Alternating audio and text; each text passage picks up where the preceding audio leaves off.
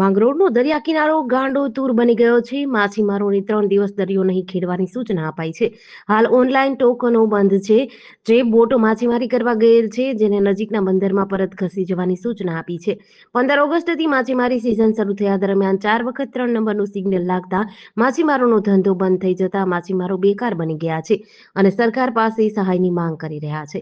વાત કરીએ તો શક્તિ વાવાઝોડાની દહેશત વચ્ચે વહીવટીતંત્ર દ્વારા કોઈ પણ માછીમારોની મુલાકાત લેવામાં ન આવી હોવાનું જાણવા મળ્યું છે, જ્યારે તંત્ર સલામતીના દાવા પોકળ સાબિત થયા છે.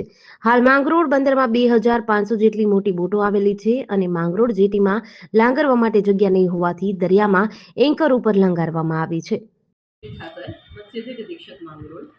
જૂનાગઢ જિલ્લાની માછીમારી માટેની બોટો અને હોડીઓના ટોકનો હાલ ખરાબ હવામાનના કારણે તારીખ 30/9/25થી બંધ કરવામાં આવેલ છે, જે હજુ સુધી દરિયામાં કરંટ હોવાના કારણે તારીખ 5/10/25 સુધી લંબાવવામાં આવેલ છે.